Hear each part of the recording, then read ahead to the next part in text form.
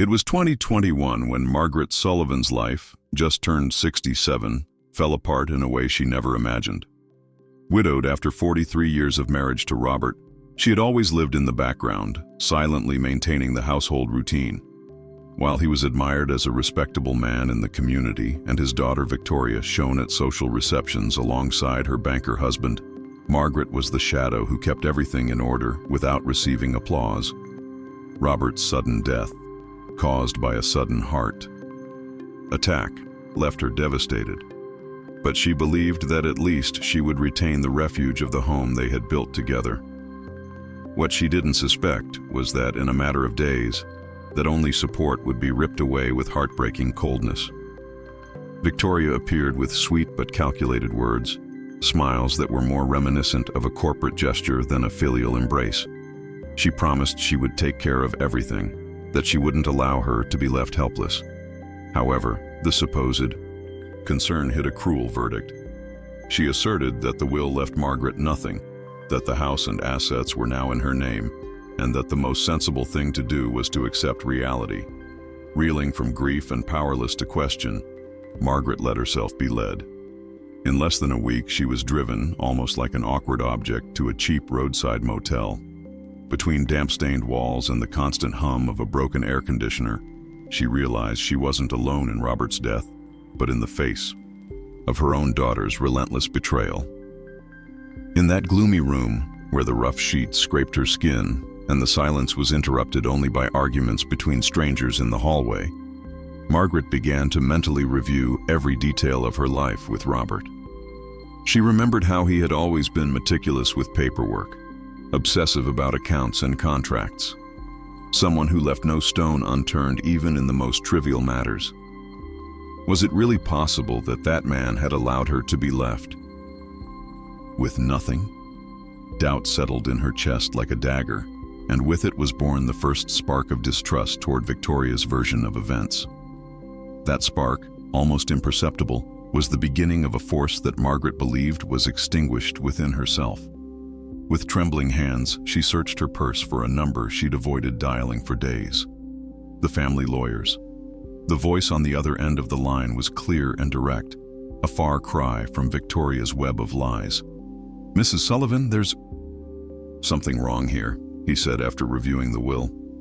What she discovered changed the course of everything. Robert had left 70% of the estate, including the house and nearly $23 million, directly in Margaret's name. The remainder, about $10 million, would only be given to Victoria on one express condition: that she care for her mother with dignity. By expelling her and manipulating documents, Victoria had not only lost her right to the inheritance, but had also committed fraud.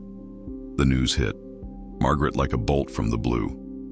For days, she'd felt like her whole life was crumbling in her grasp, and then she suddenly discovered that, in reality, she'd never been helpless. It was her own daughter who had constructed a sham of deception to rob her of what belonged to her. The lawyer was quick to warn her this wasn't a simple misunderstanding, it was a crime. Victoria and her husband Kevin had falsified documents, deliberately lied, and committed an act of elder abuse. Suddenly, the woman who had resigned herself to sleeping on a sagging motel mattress found herself at the center of an investigation that could change everything. When the police and financial investigators intervened, Victoria and Kevin's world began to crumble as quickly as their arrogance had previously shown. Within hours, their accounts were frozen, their cards blocked, and the luxuries they'd flaunted like trophies evaporated like smoke. Margaret, for the first time in decades, no longer felt invisible. The same officers who treated her with respect, the same lawyer who explained every step, made her see something she'd never allowed herself to believe: that she was now the one in power, and that she was no longer dependent on anyone's sympathy. At first, Margaret could barely process it. She sat in the lawyer's office, the original documents in front of her, and felt as if she were reading someone else's life story. Her name appeared again and again, backed by authentic signatures and notary. Seals impossible to question. She was the rightful heir, the owner of the house and most of the estate. Meanwhile, Victoria and Kevin's voices echoed in her memory, accusing her of being a nuisance, of being entitled to nothing. This brutal contradiction tore at her, but it also pushed her toward a certainty she'd never had before. Her daughter's betrayal had not only been cruel, it had been intentional and calculated. The investigation moved quickly. Agents discovered suspicious transfers, manipulated emails, and even falsified drafts of documents on Kevin's computer. The arrogance with which the couple had presented themselves to Margaret was now reflected in incriminating evidence.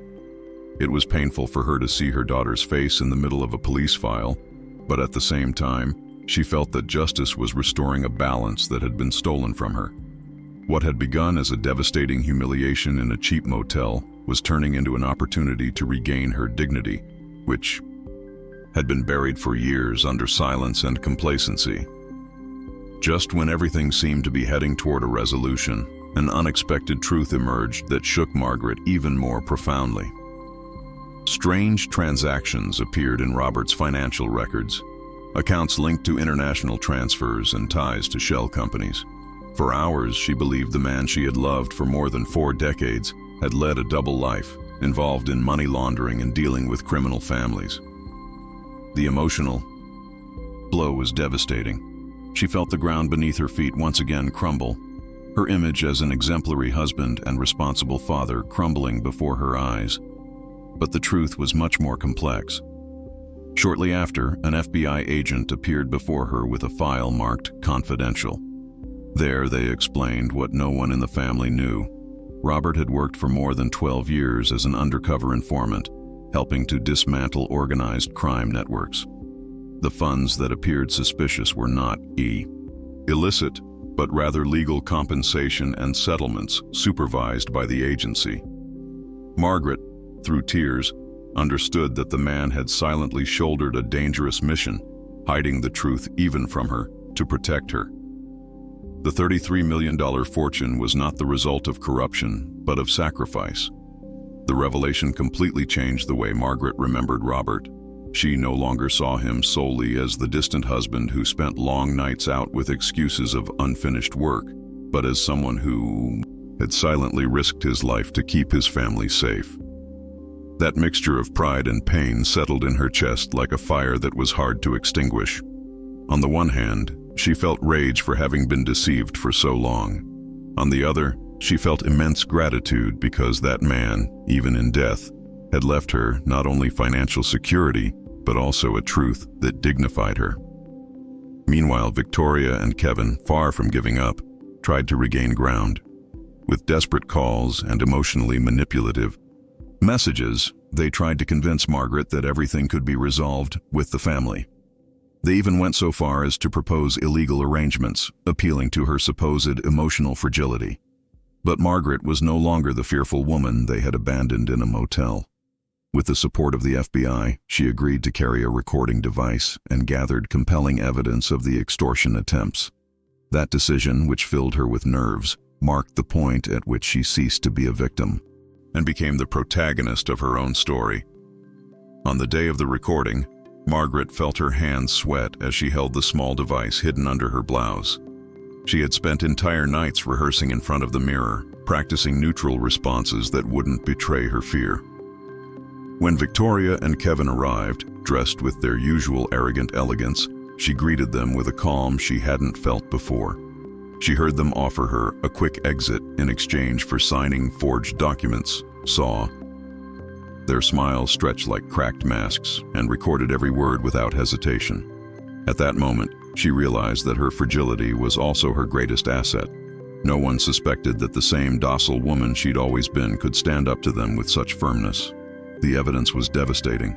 The authorities were quick to act, and Victoria and Kevin's fall was as dramatic as their rise in society. Accused of fraud, elder abuse, and attempted extortion, they were brought to trial amidst television cameras and newspaper headlines. Margaret sat in the courtroom, watching her daughter try to justify the unjustifiable, and while the pain of seeing her in that situation was real, so was the sense of justice. For the first time, she felt that her voice, so often silenced, carried a weight that no one could ignore. With the trial underway and the truth finally exposed, Margaret slowly began to regain something she had forgotten: the feeling of belonging to her own life. she returned to her house, the one that had remained closed and cold for months, and explored it with fresh eyes. The walls still held Robert's perfume and the memories of a life together. But for the first time, she allowed herself to imagine a different future, one in which she herself would decide where she would live. She ordered renovations, replaced the furniture she had never chosen, and painted the rooms in colors that reflected her personality, not that of others. It was like building a new home under the same roof. It didn't take long for her to take the next step, allocating part of her inheritance to found the Margaret Sullivan Foundation for the Protection of the Elderly. With a team of lawyers, psychologists, and volunteers, she began providing support to people like her who had been victims of family and financial abuse. The press became interested in her story, inviting her to give interviews and participate in documentaries about resilience. In front of the cameras, she spoke, with a serenity that surprised even those who had known her all her life. What had once been humiliation became an example, and her every word was a reminder that it's never too late to regain one's dignity. Victoria, from prison, began sending her letter after letter. Some were long confessions filled with regret. Others, brief pleas for forgiveness and a chance to rebuild their relationship. Margaret received them with a knot in her stomach, but she never responded. She understood that the regret could be real, but she also knew that for too long she had allowed manipulation to masquerade as love. She kept each envelope in a wooden box, not as a memento, but as a reminder that blood does not always equal loyalty. Time taught her that family wasn't a shared surname, but rather those who choose to care for each other. In her lectures, she repeated that idea with conviction, that the true bond lies in loyalty and protection, not in DNA. Margaret had gone from being a dispossessed and humiliated woman in a cheap motel to becoming an independent millionaire and activist. Her life, marked by the shadows of others, now shone with its own light. And when people asked her if she was seeking revenge, she responded with a calm smile. True revenge is becoming everything others assured you could never be. Over the years, Margaret became an unexpected symbol in her community. Older women and men came to her for guidance, inspired by the way she transformed humiliation into strength. At public events, they approached her with tears in their eyes to thank her for giving a voice to those who had always been treated as invisible. Margaret, who once believed she had nothing to offer beyond her silence, now found purpose in listening and reaching out. This new life didn't erase the scars of the past, but it gave them a meaning she had never imagined. On quiet evenings, when the bustle of interviews and meetings was behind her, she would sit on the renovated porch of her home with a cup of tea. She would gaze up at the sky and speak quietly to Robert, as if he could still hear her. She thanked him for protecting her in his own way and, above all, for giving her the tools to rebuild herself. There were no absolute certainties on her path, but one clear conclusion. Margaret Sullivan was no longer anyone's shadow. She was a woman who had learned, through loss and betrayal, that it is never too late to choose one's own freedom. The echo of her story crossed borders. She was invited to universities and international forums, where she recounted with raw honesty how the most painful betrayal can become a driving force for change. Everyone from young students to community leaders listened to her, and many agreed that the most powerful aspect of her story was not Victoria's legacy or her downfall, but rather the courage of having claimed her place in the world at an age when others had already resigned themselves to silence. Margaret understood then that her experience was not hers alone. It represented thousands who had never had the opportunity to speak out. Despite all the recognition, Margaret never ceased to be simple in her ways. She still preferred walking through the local market rather than shopping in malls, and she spent entire afternoons tending her garden, now filled with magnolias she had planted as a symbol of rebirth. Each blossom that bloomed was for her a personal victory, proof that life can be reborn even in arid land.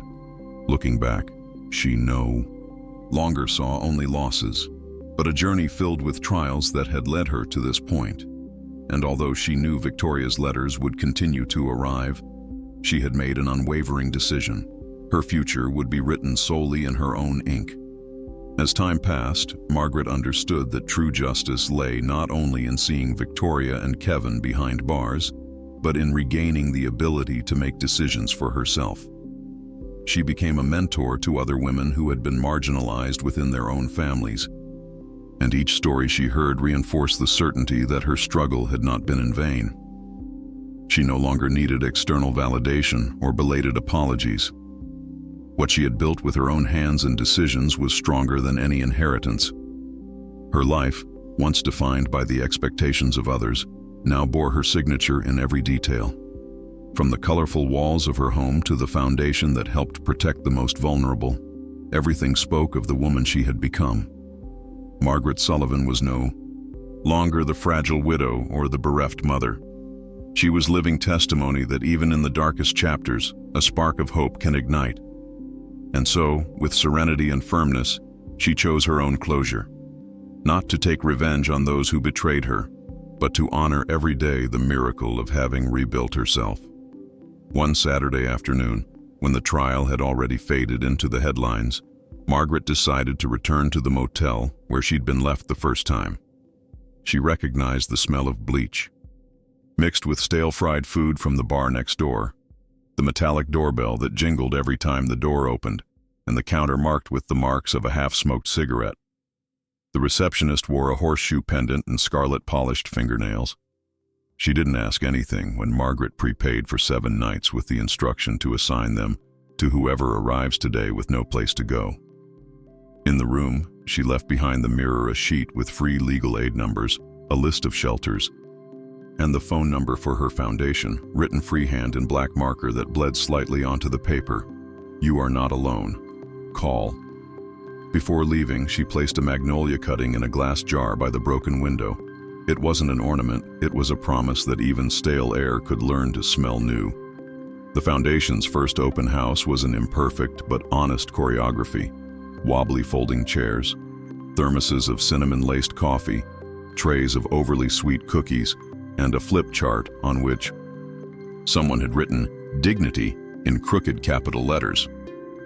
Margaret sat and listened unhurriedly to a man with weathered hands, carrying a hardware store calendar under his arm with all the payment dates underlined in fluorescent light.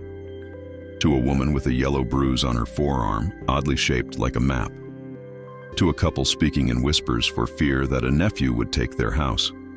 She took notes with a pen that clicked nervously, dialed voicemails with the precision of someone counting. Breaths in the middle of the night, and repeated the same simple but urgent instructions over and over. Cancel powers of attorney, change PIN, document everything. This wasn't charity, it was rescue architecture, raising beams in the midst of the collapse so people could walk out on their own. News of that impromptu day spread faster than Margaret expected. A local newspaper published a short article with a photo of her hair tied back and a folder under her arm, smiling shyly between 2 elderly people who hugged her as if she were family. The next day, the office received 20 calls from people wanting to tell their story or simply be heard. Margaret spent hours on the phone, taking notes in a blue-covered notebook that soon filled with names, dates, and short confessions. "They're taking away my pension. They made me sign papers I don't understand. My son blocked my accounts." Each story was like a different version of her own past, broken mirrors that reminded her why. She had decided to never keep quiet again. Over time, the foundation began to grow. Young lawyers seeking experience volunteered, newly graduated psychologists found a place to practice there, and even retirees with practical trades, electricians, carpenters, retired nurses, came to teach others how not to be fooled. Margaret saw it as a textile of different hands sewing the same blanket. There were days when she would end up exhausted, her voice hoarse and her eyes heavy, but all she had to do was remember the solitude of the motel to understand that it was worth it. That image of herself, defeated in a damp room, had become her compass. Never again would she let another old man endure that silence, not knowing that someone could reach out to her. Soon they began inviting her to community radio programs. In small booths, with microphones that smelled of dust and spilled coffee, Margaret recounted her experience in a firm but warm tone. She didn't seek to dramatize, but rather to show that what had happened to her could be repeated in thousands of homes. Her voice became a bridge. People called in live, crying, confessing that for the first time they had dared to share their own abuses. Each broadcast was chaotic, with interference and awkward silences, but also authentic. Margaret emerged from those interviews with shining eyes and the certainty that her story was moving invisible gears. One afternoon, while sorting papers in her office, she received a handwritten letter from an 82-year-old woman named Helen. She said she had heard her voice on the radio, and that thanks to it, she had found the courage to sue her own grandson, who had stripped her of her pension. Helen ended the letter with a sentence that left Margaret silent for a long time. "You didn't save my money, you saved my dignity." Those words became a mantra. From then on, whenever she doubted herself or felt tired, she would open that letter and read it aloud, reminding herself that what she was building transcended any number in the bank. As the months passed, the foundation ceased to be a small, makeshift refuge and became a national reference point. Journalists from national networks began to arrive, intrigued by the story of the widow who had gone from being evicted from her home to leading a movement defending the elderly. Margaret, who had never sought cameras or the spotlight, learned to speak in packed auditoriums and to hold the gaze of politicians who tried to use her story as a banner. She never allowed herself to be swept away by vanity. She repeatedly stated that she wasn't a heroine, that she had simply decided not to give up, and that honesty, far from weakening her, made her even more credible. Meanwhile, Victoria continued writing from prison. Some letters arrived with smeared ink, as if tears had fallen onto the paper. Others were cold, almost administrative, with lists of things she asked her mother to do for her. Margaret read them all, without hatred, but with the distance of someone who no longer allows the past to dictate the present. She didn't reply to them, but she didn't destroy them either. She kept them in a box alongside press clippings and photographs from the foundation. It was her way of remembering where she came from and where she had decided to walk. For her, each letter was a reminder that love without respect isn't love, it's imprisonment. One day she was invited to give a lecture at a university. She entered a modern auditorium with white lights and giant screens and found herself standing in front of hundreds of young students who watched her with a mixture of curiosity and respect. Margaret told her story without embellishment, recounting the musty smell of the motel, the humiliation of being called a nuisance, and the shock of discovering that her husband had been an FBI informant. But what impressed the students most was when she said that the true betrayal wasn't losing the money or the house, but making someone believe that their life was no longer worth anything. When she finished, she received a prolonged standing ovation that made her choke back tears. That evening, upon returning home, she poured herself a cup of chamomile tea and stepped out onto the porch lit by a yellowish lantern. She looked at the magnolias she had planted months ago, now upright and in bloom, and thought about how much had changed in such a short time.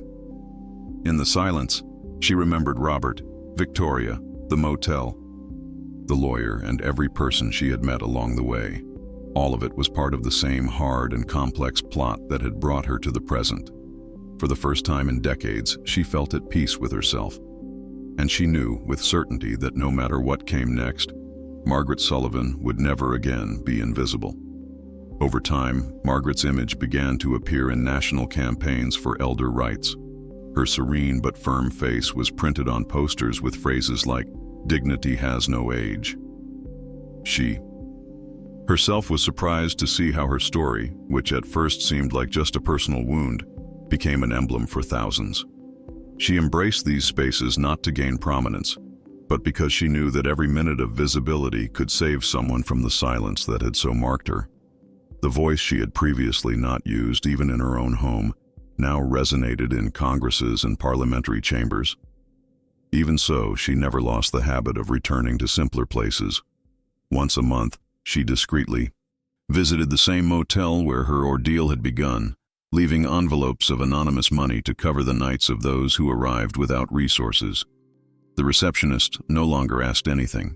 She just smiled and handed her the usual keys. Margaret would step into room number 6 for a few minutes, breathe in the humid air, and remember that first night of abandonment. But instead of sadness, she now felt a serene strength, the certainty that she had transformed the place of her greatest humiliation into a starting point for her greatest victory.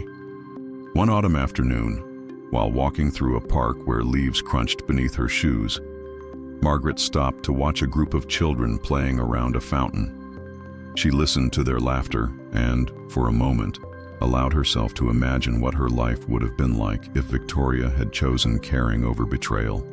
She thought about it not with bitterness, but with acceptance. She understood that some wounds heal not with reconciliation, but with the conscious decision not to repeat the same patterns. In that moment, she promised herself that she would dedicate each of her remaining days to sowing real bonds, even with people who didn't share her blood. That promise soon became a reality. Margaret began receiving invitations from families who had been helped by her foundation. Impromptu dinners, birthdays for other grandchildren, simple celebrations where there was always a place for her at the table. There, surrounded by people who looked at her with gratitude and respect, she discovered a different kind of family built on mutual choice. She no longer needed validation from Victoria or anyone from her past. She had found a new circle where she could be seen, heard, and valued. And each shared smile was a confirmation that, although pain had marked her story, chosen love could write its ending. The following years cemented this new chapter in Margaret's life. Her house, which had once seemed too large and empty, now filled with voices, community workshops, and foundation meetings. The walls that had once held heavy silences became venues for laughter and conversations filled with the future. In every corner, there were signs of her transformation. Framed photographs of events, diplomas of recognition hung without ostentation, and a corner of the garden where magnolias bloomed more vigorously each spring. Margaret knew those flowers were her mirror. They had taken root in hard soil, yet they proudly opened up to the light. When she looked back, she saw the woman who had arrived at a motel with a small suitcase and a shattered heart. That image still hurt, but it no longer defined her. Now she saw herself as someone who had taken that pain and turned it into a foundation. She hadn't forgotten Robert or his secrets, nor Victoria's betrayal, but she had learned to live with those shadows without allowing them to dictate her destiny. Margaret Sullivan had discovered, at the stage of life when many resign themselves, that there is always the possibility of rebirth.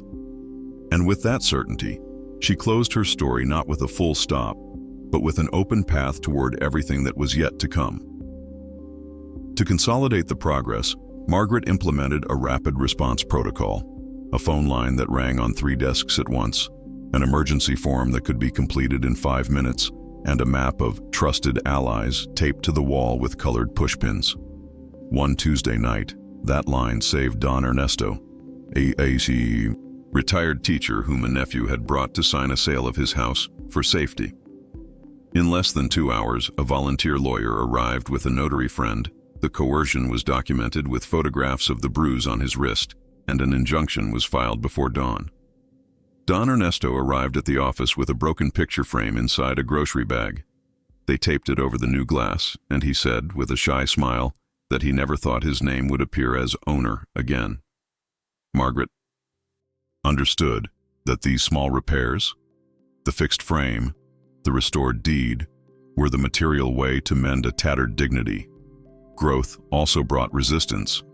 A minority group, close to Kevin's former associates, began spreading rumors that the foundation profits from drama, that Margaret exaggerates to attract donations.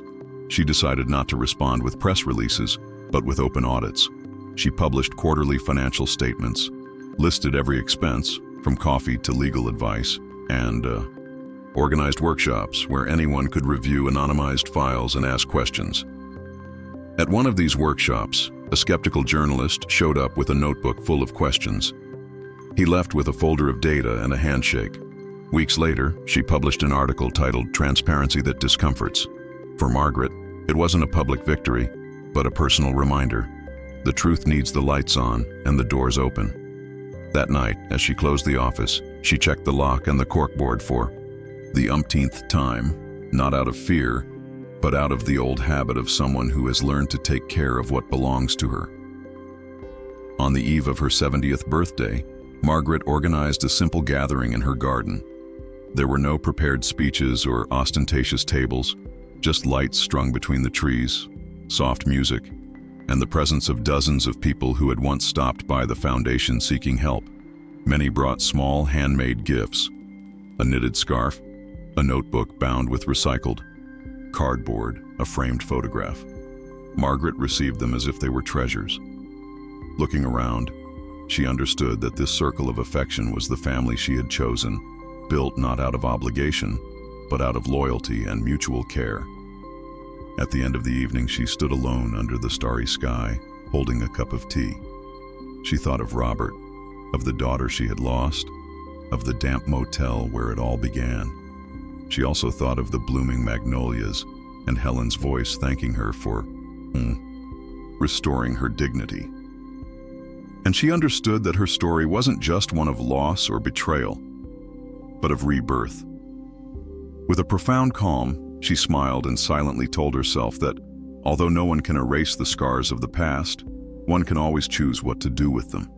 Margaret Sullivan had chosen to turn hers into beacons for others. And with that certainty, she turned off the garden lights, certain that her life would never again be in the shadows.